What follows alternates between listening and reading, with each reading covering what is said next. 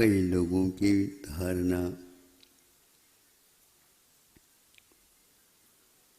यह हो सकती है,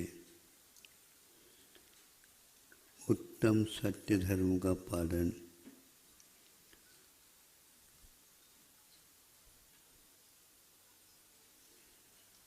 शब्दों से ही होता है। मतलब जो शब्द बोल नहीं सकता सत्य धर्म का पालन नहीं कर सकेगा। तिरंज तो इसमें बिल्कुल ही यह गलत है।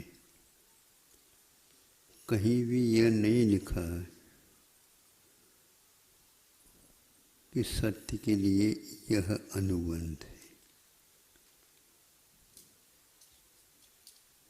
असत्य न बोले इसके लिए अनुबंध अवश्य किया गया।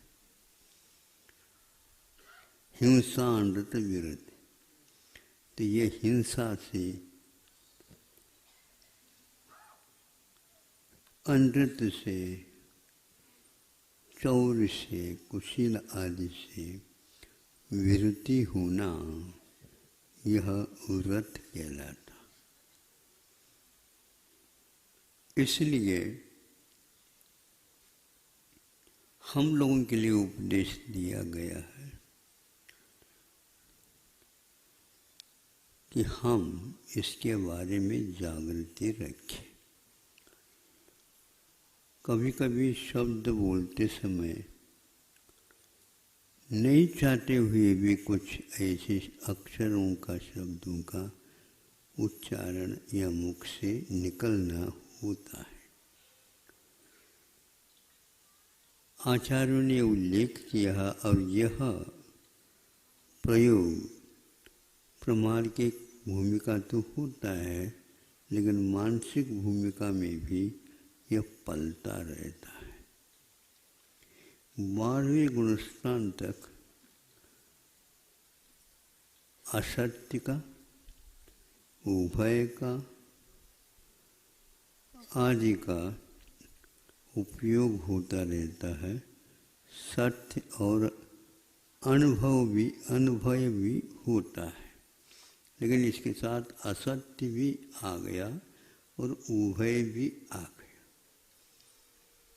इसीलिए तीर्थंकर देव दीक्षित होने के उपरांत कैवल्य की प्राप्ति जब तक नहीं होती तब तक अखंड मौन रखते हैं। सुनते तो हैं, वो बोलते नहीं।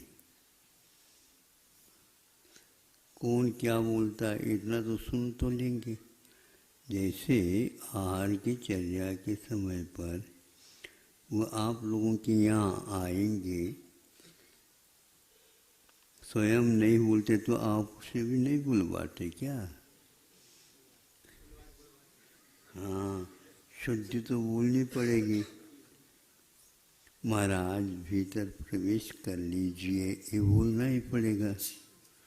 और यह किस ढंग से बोला जा रहा है, इसके टोन में क्या है, ये भी सुनते होंगे। यदि मान लो उसमें गलती हो गई, चले गए, फिर आप पूछो महाराज कौन सी गलती हो गई, अब बोलेंगे तो है ही नहीं। वो जिस समय आपको बोलने के लिए कहा था उस समय तो आपकी टोन ही अलग थी।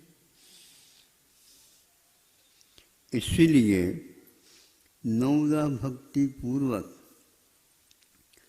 उसमें एक भी भक्ति छूट गई तो नहीं। कई बार इधर उधर उपयोग रहता श्रावकों का, 3 फेरे हो गए क्या 5 फेरे हो गए कि 7 हो गए, करते जाओ। हम संकेत दे दें आओ, तो गिनना आपको है क्या हमें गिनना? हाँ, लेकिन हम भी गिनते रहते हैं। क्योंकि यह कहाँ तक अप्रमत्त होकर के कर रहा है, हाँ? फोन करते समय एक शब्द भी तो फालतू नहीं जाता, पैसे देना पड़ता है। तो उसी प्रकार यहाँ की बात है। इसलिए शब्दों के साथ हम सत्य को बांधे नहीं। एक बार की बात है, वह बोल रहा था, बोलते बोलते यूं हाथ से कर रहा है, भोजनशाला में प्रवेश कीजिए, भोजनशाला में आहार लीजिए। अब यहाँ पर भोजनशाला तो है ही नहीं, तो हमने सोचा कि नहीं, इसकी ये गलती नहीं है, इसके हाथ बोल रहे हैं, मुख भले ही कुछ भी बोले, संभालना तो पड़ता है ग्राहक को, लेकिन उसका यदि दुरुपयोग करने लग जाते हैं तो फिर हम भी अच्छे ढंग से आपको संभाल लेंगे।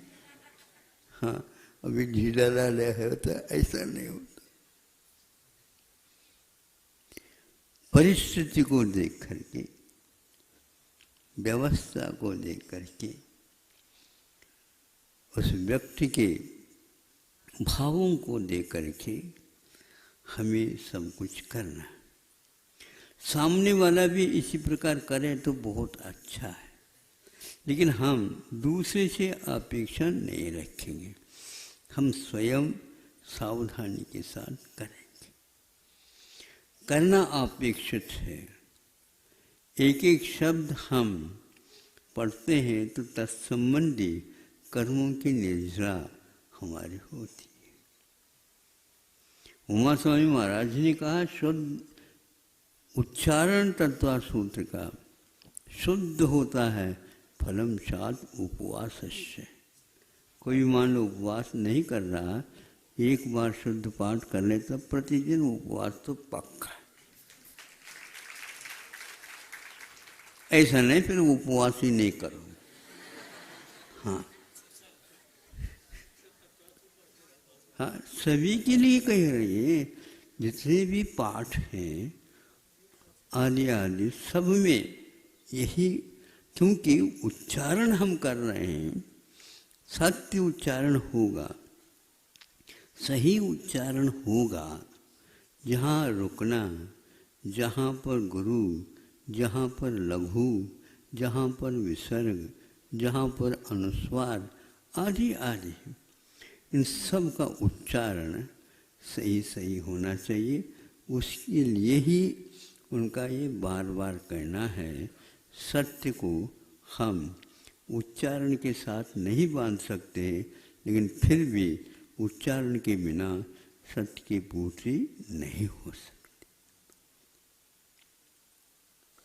ये तो हुआ सत्य के बारे में उपरित बात, लेकिन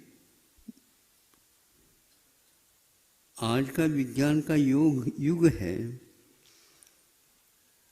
शब्द के बारे में खोज काफ़ी हुई है, हो रही है, आगे भी क्या क्या होगी हम नहीं कह सकते, लेकिन मूल की ओर थोड़ी सी दृष्टि रखते हैं तो वो सब अधूरा जैसा लगता है। क्योंकि जिस प्रकार जीव और अजीव तत्व के मिलने से ही आश्रव होता है, अकेले अजीव तत्व की वो पर्याय, वो परिणति नहीं हो सकती, और अकेले जीव के द्वारा ही वो होता है आश्रव, ऐसा भी नहीं। किंतु भावाश्रव और द्रव्याश्रव, आगम में दो प्रकार के आश्रम, दो प्रकार के बंध, दो प्रकार के संवर, दो प्रकार के निर्जरा और दो प्रकार के मोक्ष तत्व, इन सब के जो दोनों के साथ कहा है, काई के लेना, ये पक्का है। तो इसीलिए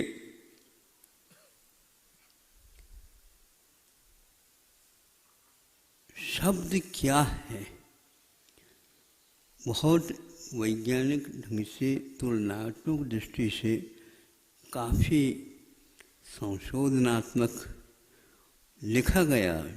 महाराज इसको पढ़िएगा, बहुत अच्छी बात है। हमें पढ़ने के तो निषेध करते नहीं, लेकिन हमारा समय मौलिक है, उसको हम ज़्यादा खर्च भी नहीं कर सकते, क्योंकि सुबह निकलती किताब शाम तक वह रद्दी के खाते में हो जाती। कल की और प्रतीक्षा है। लेखक असंख्य हैं, सभी अपनी अपनी कृतियों को पहुंचाने का प्रयास करते हैं, तो इस प्रकार तो होता नहीं। आप व्याख्या करिए, 2 मिनट नहीं लगेगा। आप डेफिनेशन यानी शब्द का अर्थ देने वाला शब्द हमारे लिए मिल जाए तो हम पर्याप्त समझते हैं। इस स्वरूप के अभिधान के बिना हम उसके निकट नहीं पहुंच सकते। इस शब्द का क्या अर्थ है, हम अर्थ को बिना शब्द के नहीं कर सकते, ये बिल्कुल ठीक है, लेकिन शब्द के बाद भी अर्थ पकड़ में आए ऐसा कोई नियम नहीं होता। अर्थ की ओर दृष्टि जब तक नहीं जाती तब तक हम शब्द को ही सर्वे सर्वा मानते हैं, ये गलत होता है। तो आज वर्तमान में शब्द को बहुत ऊपर उठाया गया, लेकिन ऐसा है ही नहीं। शब्द क्या है तो कहते हैं मैटर, जिसमें रूप रस गंध स्पर्श आदि हो, इसका नाम शब्द है। ये बिल्कुल ही गलत है, बिल्कुल ही गलत। इसलिए हम कह रहे हैं कि इसमें आप कोई भी स्वरूप का दर्शन ही नहीं कराया। इसमें भी रूप है, इसमें भी रस है, इसमें भी गंध है, इसमें भी वर्ण है, ये तो पक्के हैं। अब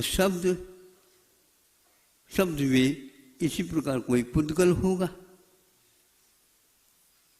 कर्णेंद्र का विषय अवश्य है, लेकिन कर्णेंद्र का विषय ध्वनि भी है।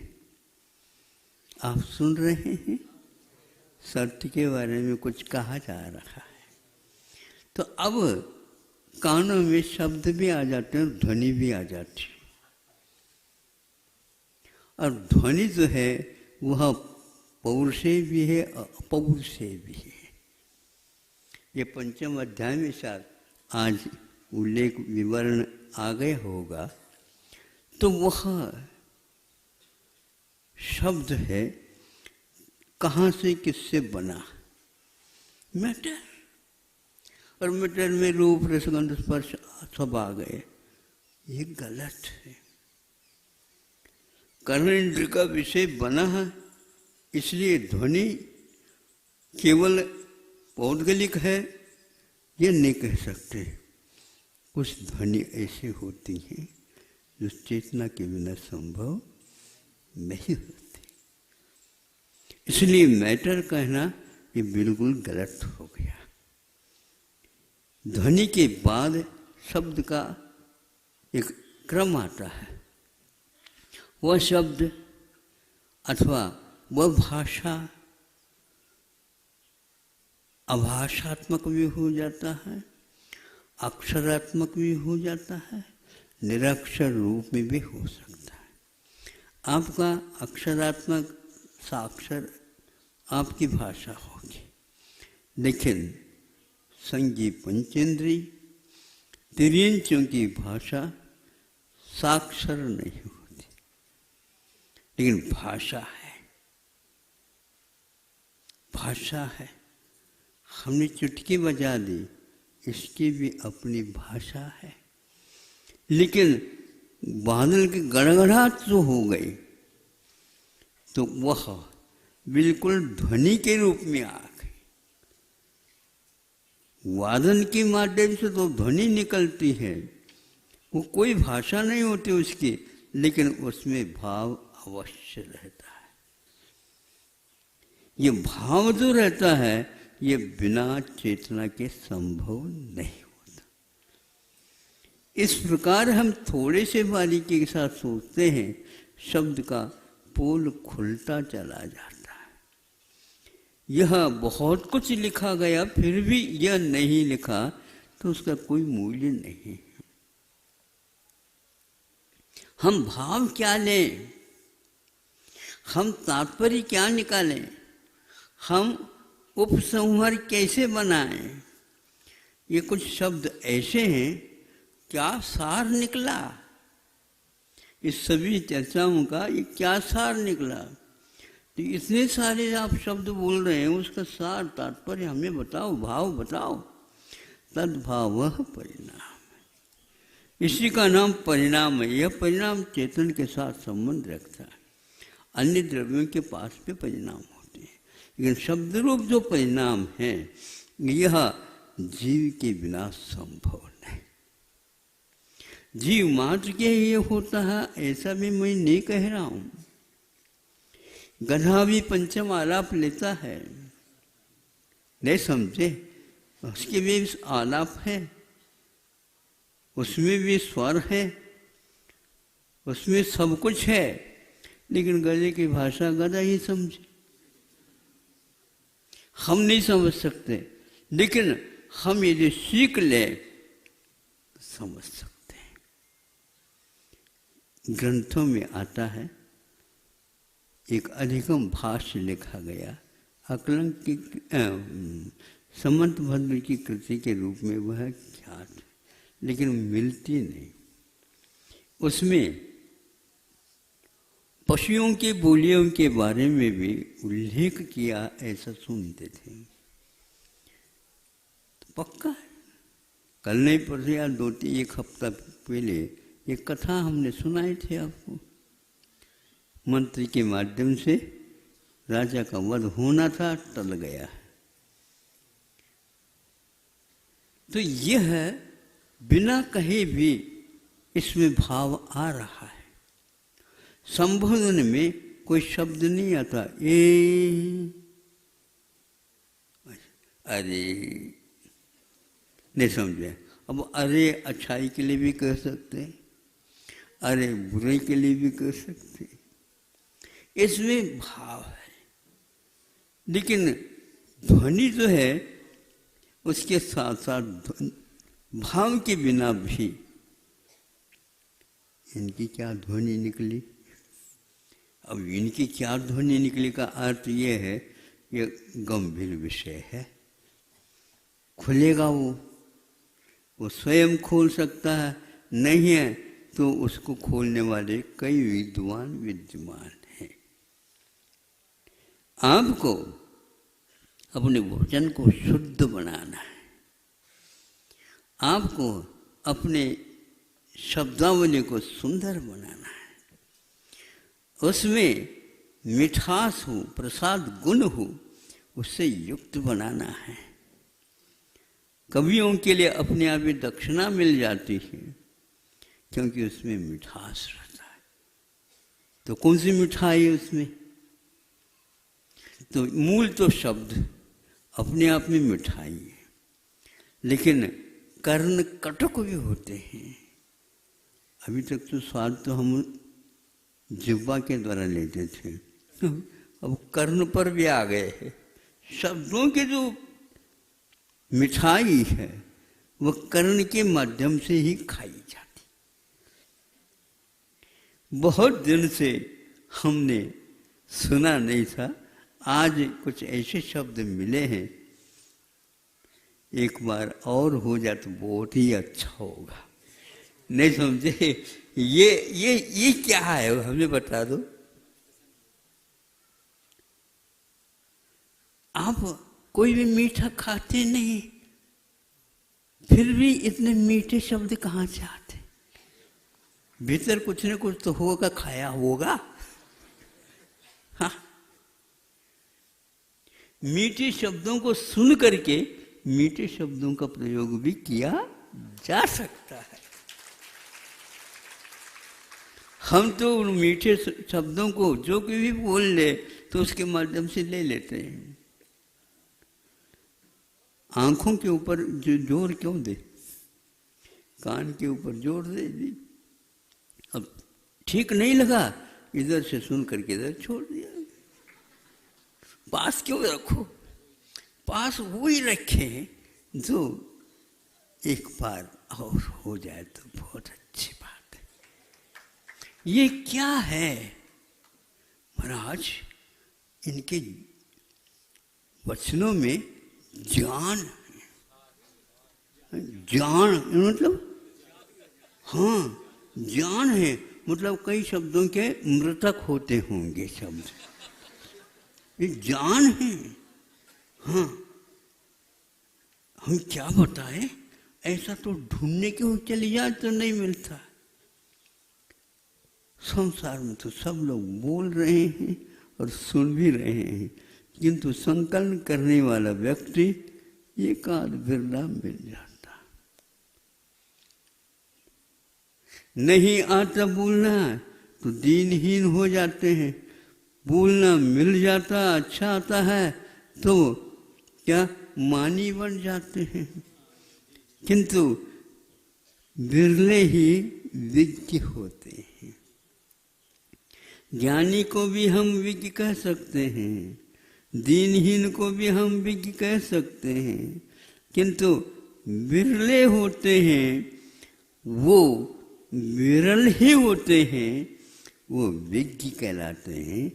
प्रज्ञा शब्द का प्रयोग आचार्य कुंद कुंद देव ने समय सार में किया। पन्नाए क्षेतव्य, पन्नाए घेतव्य, पन्नाए, इस प्रकार उन्होंने प्रज्ञा रूपी छेनी के माध्यम से उन शब्दों का प्रयोग कर रखा। वह सम्यक दर्शन के साथ, सम्यक ज्ञान के साथ, सम्यक चारित्र के साथ प्रमाद छोड़ने के बाद तो निकलता है। नहीं बोलने की अपेक्षा, मौन की अपेक्षा से हम शुद्ध शब्द का प्रयोग करना सीखे। समिति भी कई समितियों को पलटा सकती है, एक मौन कई समितियों को पलटा नहीं सकती। और मौन के साथ क्या भाव है ये नहीं कह सकते। इसलिए समिति के अनुसार, जैसे चंद्रमा के बिंब से अमृत झलता है, सूर्य के माध्यम से काम नहीं होता। उपाध्याय परमेष्टि आदेश वचन न दे करके बहुत कोमल प्रसाद गुण से युक्त शब्दों का प्रयोग करते हैं, जैसे चंद्रमा से अमृत झर रहा हो। हाँ, अमृत झर रहा हो और ऐसा लग रहा था वो झरता रहे और हम पीते रहे, पान करते रहे। कर्ण कटुक शब्द सुनने से वह वर्षों के बाद नहीं, वह भव भवों में याद रहता है और उसका बदला भी वह लेना चाहता है। ऐसे शब्दों के बोलने की अपेक्षा से ऐसे शब्दों का हम प्रयोग करें। सीखे बोलते बोलते, दुकान में तो मतलब की बात बहुत अच्छे बोलते, नहीं समझे, उस देहरे से नीचे उठ गए, देखना है ये क्या है, ये मतलब की बात हो गई। मतलब स्वार्थ, मतलब का मतलब तो होता है प्रत्येक शब्द में, लेकिन यहाँ पर मतलब का अर्थ होता है स्वार्थ। तो स्वार्थ का अर्थ न निकले, परमार्थ का अर्थ निकले, तो फिर स्व का भी कल्याण और पर का भी कल्याण निश्चित है। कोई व्यक्ति नहीं भी बोलता है, फिर भी उनके मुख पर ऐसे बोलने की एक प्रकार से भाव भंगिमा देखने को उपलब्ध होता है, तो थोड़े बहुत निगाह भी कर ले। महाराज आपको क्या होता है, नीचे नीचे देखते हो, थोड़े निगाह इधर कर लो तो यह पूरा का पूरा हरियाली छा जाए। भैया ध्यान रखो, बहुत हरियाली छा जाती है तो भी गैया के लिए वह हानिकारक होती है। लेकिन महाराज बहुत ही रूखा सूखा भी ठीक नहीं है। रूखा रूखा सूखा सूखा वहाँ पर दे देते हैं जिस समय गैया दूध नहीं देती, नहीं समझे। और गैया जब दूध देने लग जाती है उस समय भी केवल हरियाली नहीं चलते, हाँ, उसमें भूसा भी मिला देते हैं। चने की भाजी है, नहीं समझे, और मसूर की भी है, और भी कई प्रकार के में करके उसमें और कुछ गुड़ वगैरह मिला करके नमक की डली में डल करके वो सूखा सूखा उसके लिए उसमें मिला देते हैं, फिर बाद में पानी वगैरह दे देते हैं, तो वह उसके चाव से उसको भी खा लेता है। तो ऐसी पद्धति होती है और होना भी चाहिए। एक ही एक होने से मुंह एक प्रकार से कड़वा हो जाता है। बहुत मीठा खाने से मुख क्या होता है, कड़वा होता है। क्या करेला खाए थे क्या? करेला नहीं खाया, अति मात्रा में मीठा पहुंच गया था, इसलिए वह सुबह सुबह आप खाओ या मत खाओ, लेकिन सुबह सुबह नीम की ही दंतमन कर ले, फिर इसके उपरांत मीठी चीज खा ले। अब यदि वह नहीं करते हैं तो हमेशा हमेशा कड़वा, क्या पता आजकल तो मुख तो बिल्कुल कड़वा कड़वा ही है। तो यह भीतर पहुंचने के उपरांत कड़वाहट पैदा हो गया, हमारे भावों में भी कड़वाहट पहुंच जाता है, हमारे भावों में मीठापन भी पहुंच जाता है, हमारे भावों में स्पष्टीकरण की नीति आ जाती है। और कुछ लोग कई बोलते हैं लेकिन कभी स्पष्ट कुछ भी नहीं होता। अस्पष्ट मत बोला करो, अस्पष्ट में एक प्रकार से संदेह पैदा होता। लेकिन कुछ प्रसंग ऐसे हैं जहाँ पर संदेह होना स्वाभाविक होता है। हम कितने भी स्पष्ट करें वो नहीं हो पाता, सामने वाला व्यक्ति उसको इसी रूप में ग्रहण करता है, तो हम क्या कर सकते हैं? सामने वाले व्यक्ति सही सही दिशा में ग्रहण करे। हमारी ही बात आप देखना चाहते हैं तो ये गलत है, अब सही दिशा में कितने हम इसका अर्थ ले रहे हो ये भी तो बताओ। हमारा तो यही भाव था, आप सही दिशा में इसका अवश्य चिंतन करेंगे, लेकिन आप तो चिंतन ऐसा कर दिया तो चिंता का विषय बन गया है। हाँ, इसलिए आप चिंता का जो विषय बना देते हैं, यह महीनों तक नींद नहीं आ पाती, समझे? महीनों तक। महाराज आप तो महीनों तक कह रहे हैं, वह तो पागल ही हो जाता। ऐसे शब्द जो पागल बनाने के लिए कारण हो जाता है। विद्यालय में कोई पागल नहीं बनाता, लेकिन कुछ ऐसे शब्द होते हैं जिसके सुन करके पागल हो जाते। स्वार्थ की ओर ले जाता है तो वह पागल बन जाता है। 10 व्यक्ति के लिए उपयोग के स्थान पर 1 व्यक्ति के लिए उपयोग होता है, बाकी जितने भी वो सब यूं ही रह जाते, तो ये पागलपन कहलाता है। यह नीति कभी भी नहीं आना चाहिए। उपदेशों में तो कभी आना ही नहीं चाहिए, लेखों में भी इस प्रकार के आना ही नहीं चाहिए, संवाद में भी। वाद विवाद होते हैं, ये निश्चित बात है, लेकिन उसकी एक सीमा होती है। उपसंवाद उसका संवाद होना चाहिए। साधुवाद हमेशा हमेशा संवाद का समर्थक होता है, लेकिन अप्रिय भी वह बोलता है। प्रियम बोले वदे, प्रिय बोलो। और कैसे बोले? या मिताक्षर बोलो। और कैसे बोले? स्पष्ट बोलो। और कैसे बोले?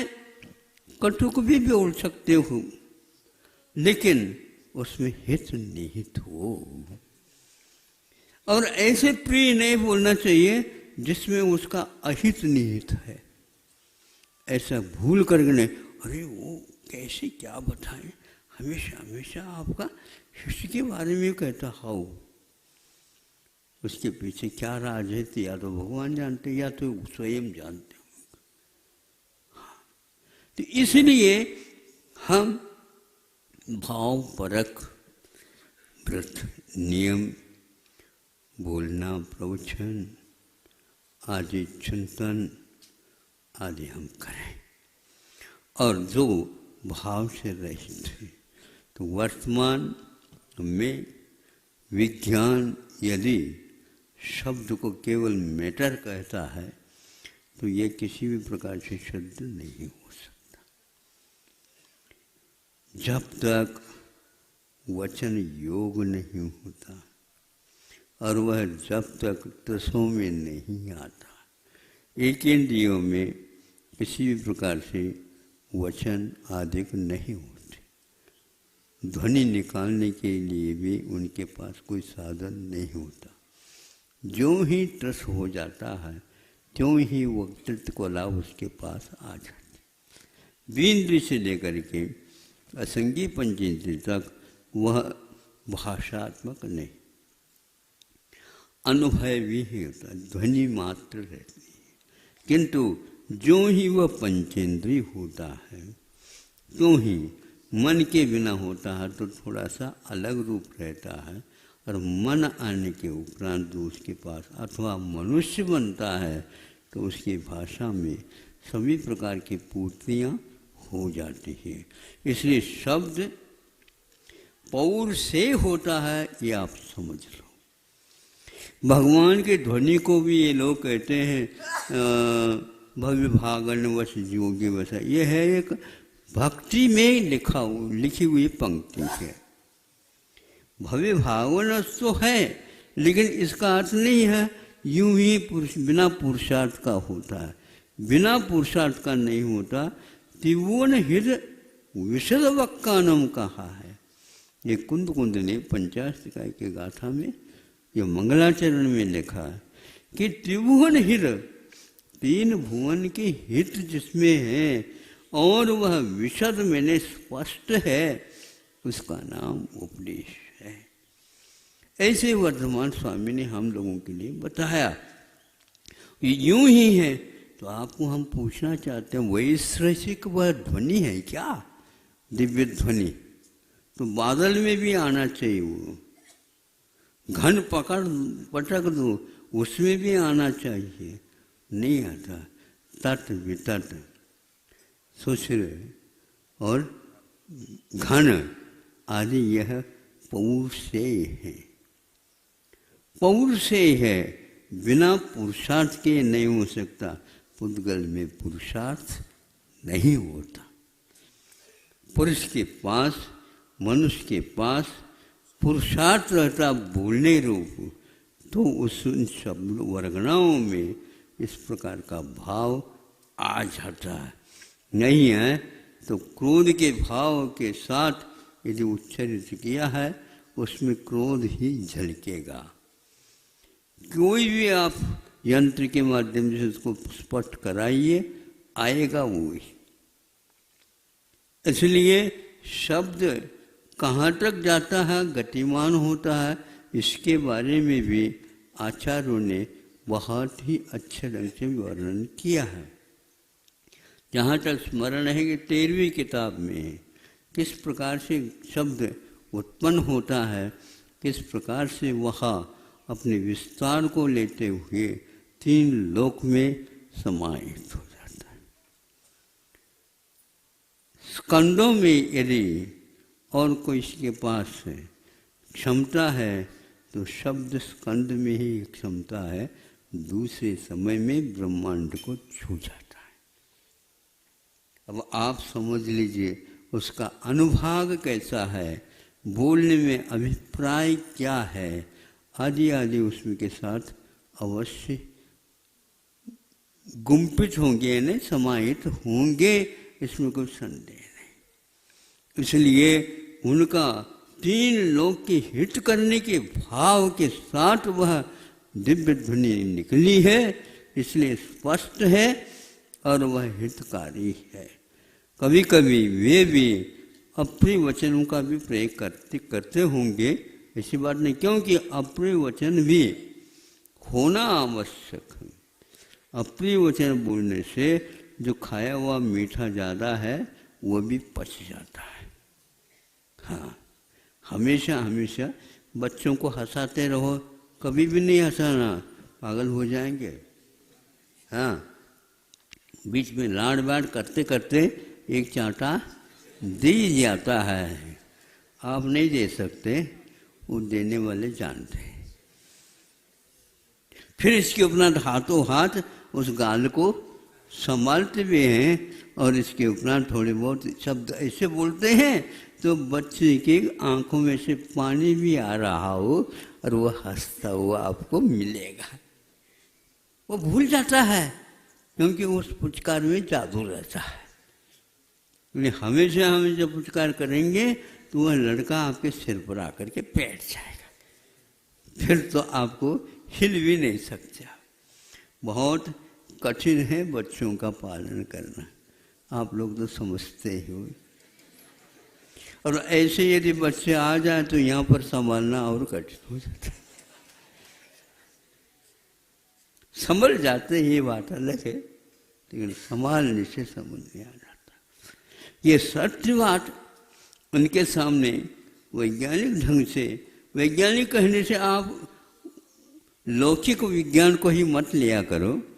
विज्ञान का अर्थ एक प्रकार से आत्मा का एक परिणाम होता है, उसका नाम है, और वह विज्ञान विशेष रूप से ज्ञान पैदा कर देता है, किंतु वह मूल से संबंध हमेशा हमेशा बनाए रखता।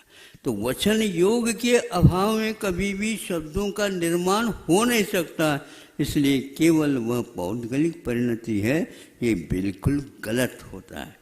उसके पीछे जीव का पुरुषार्थ हुआ है, चाहे वह चतुर्थ काल में बोलो चाहे वह पंचम काल में शब्द बोलो, दोनों वक्त उसमें शब्द के लिए ये स्वरूप देना ही पड़ेगा, उसके बिना नहीं।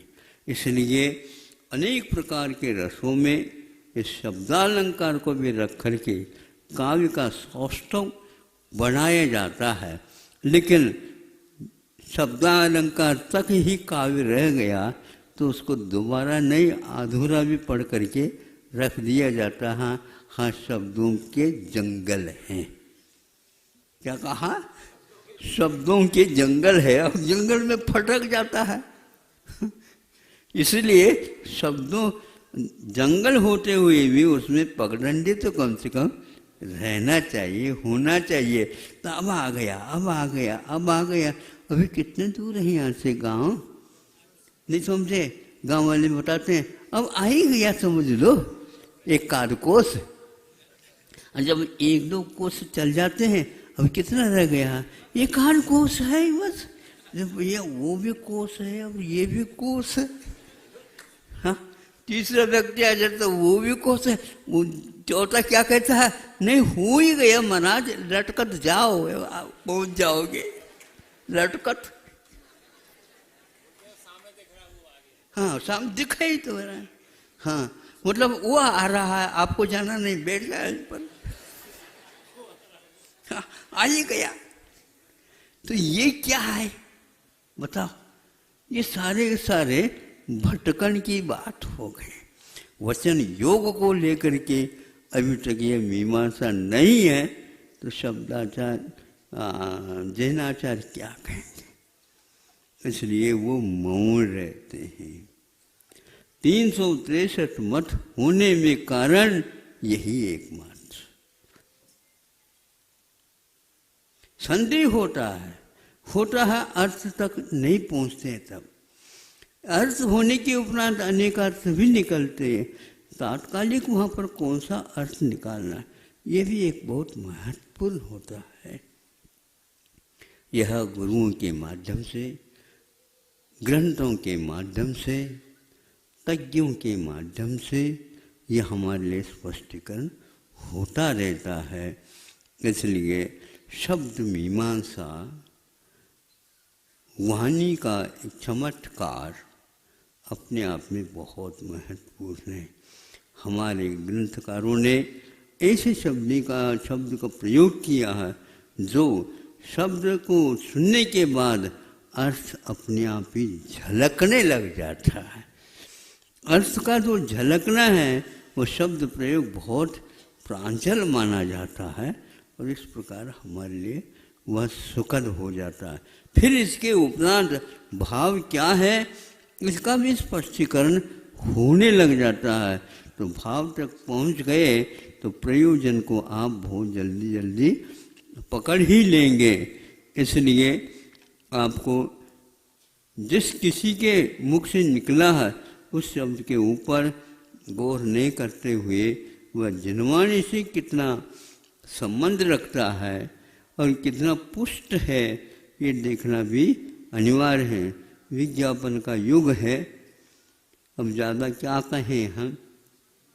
कुछ लोग विज्ञापन से डरते हैं क्योंकि उनके लिए खर्चा के लिए है ही नहीं और उस दुकान में वो आए कैसे। भैया उसका अपना ग्राहक बंधा हुआ रहता है, वो घूम करके वहीं पर आ जाता है। नहीं समझे, बछड़ा जैसे गैया के पास ही आ जाती है वैसे ही वह आ जाता है, क्योंकि वो कहता है कि हमारे यहाँ एक भाव है और ये दुनिया के भाव हैं। नहीं समझे। 10,000 कह करके 100 में बेचने वाले का क्या बताया। 10,000 बताए, एक का मूल्य क्या है 10,000 है, ले लो। अभी वह भी छाना होता है ग्राहक भी 10,000 बस, और ज़्यादा तो नहीं। नहीं दादा ये ले लो, 5,000 ले लो। वो स्वयं ही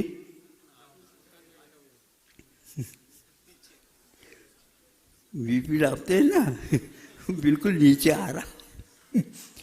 आता आता आता आता अंत में देखो भैया हमारे घर में इस ढंग से चलता है, वो भी बहुत छानबीन करते हैं इसको।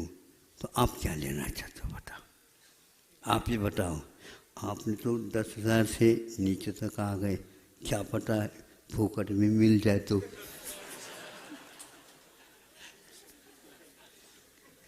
अब ऐसा कर लो, उधार दे दो, ये अच्छी है, उधार दे दो।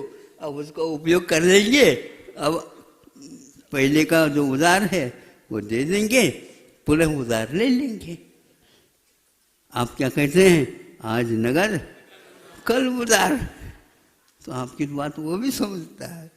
इसलिए इस प्रकार स्पष्टीकरण यदि नहीं होता है तो हमारा जीवन एक दूसरे से मिलेगा नहीं। सत्य के साथ हितकारीपन रहता है तो मिलनसारी हो जाता, नहीं है तो उनका पूरब है, ये इनका पश्चिम है, कभी भी हो नहीं पाएगा। तो यहाँ स्वतंत्रता के बाद आप लोगों के सामने ये विषय आया है। अभी कहो हिंदी दिवस था, आज ही है। अच्छा, तो उस दिन क्या कहते, शिक्षक दिवस। अच्छा, शिक्षक दिवस के बारे में तो हमने कहा था, हिंदी के बारे में तो अखबार में खूब भर भर करके आ रहे हैं, बताते हैं, उनको पढ़िएगा। और वह 90% सरकारी कार्य संगठन जो बना है उसमें 90% हिंदी भाषा में उसका रूपांतरण कार्य होना प्रारंभ हो गया है। अब रह गया है 10%, वो यूं ही आ जाएगा। हाँ, इसमें कब ज़्यादा मेहनत की आवश्यकता नहीं, लेकिन इस सुविधा को आपने पाई है, उस मेहनत के साथ बच्चियों को आप तैयार करिए और ऐसे शिक्षकों के भी निर्माण करना चाहिए।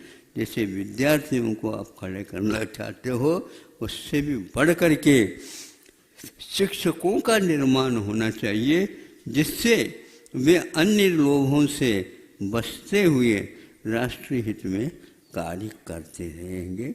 यही एकमात्र मंतव्य है। समय आपका काफ़ी हो गया है। तो सत्य की बात थी, फिर भी शब्दों तक ही रह गई।